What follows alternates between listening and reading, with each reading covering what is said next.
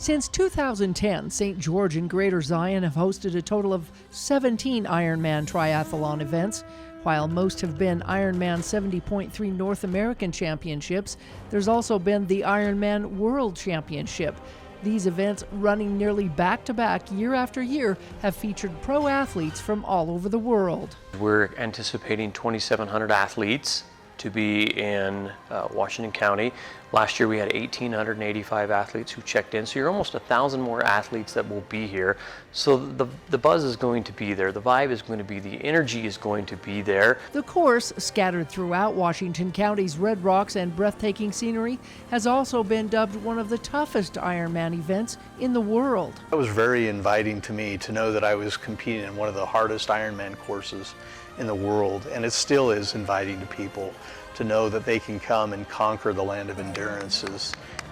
But this event is not just for the pros. It's been about local athletes and others who dare to challenge the race.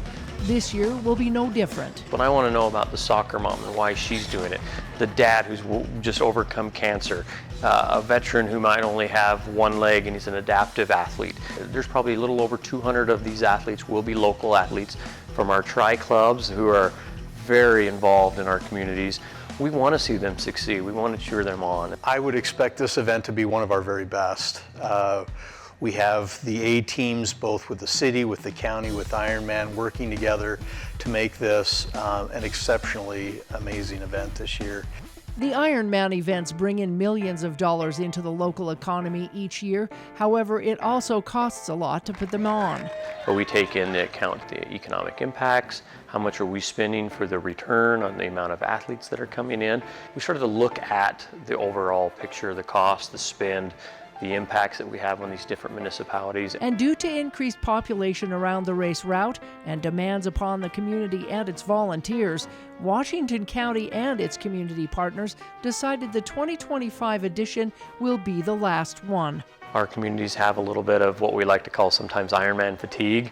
You know, obviously, if you remember, we did 3 World Championships in a 13-month period, bookend 6 months before that with a North American Championship on each side of that. So you look at, we did 5 events in a 2.5-year span. That was pretty hard on our communities, pretty hard on our staffs for each of the municipalities. For those who have been here from the beginning, it's hard to say goodbye. I would say this being our last event is bittersweet for me. And, it was a magical moment, really, to entice a world-class event and a world-class organization like Ironman to St. George was really a thrill. And really, you know, looking back, that event, I believe that event changed the culture of this area, both from a health perspective and a fitness perspective. This event just brings an energy to the area that I'm really going to miss. But it's still one of the greatest events, and the municipality should be very proud of the work that they've done.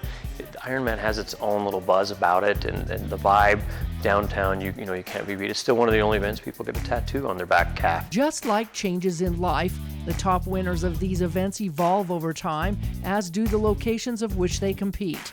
And while St. George will take a rest as a host of this iconic event, it's not completely out of the running to host future events. We never say never. Ironman, we have a great relationship with Ironman, both the city of St. George, Greater Zion, Washington County.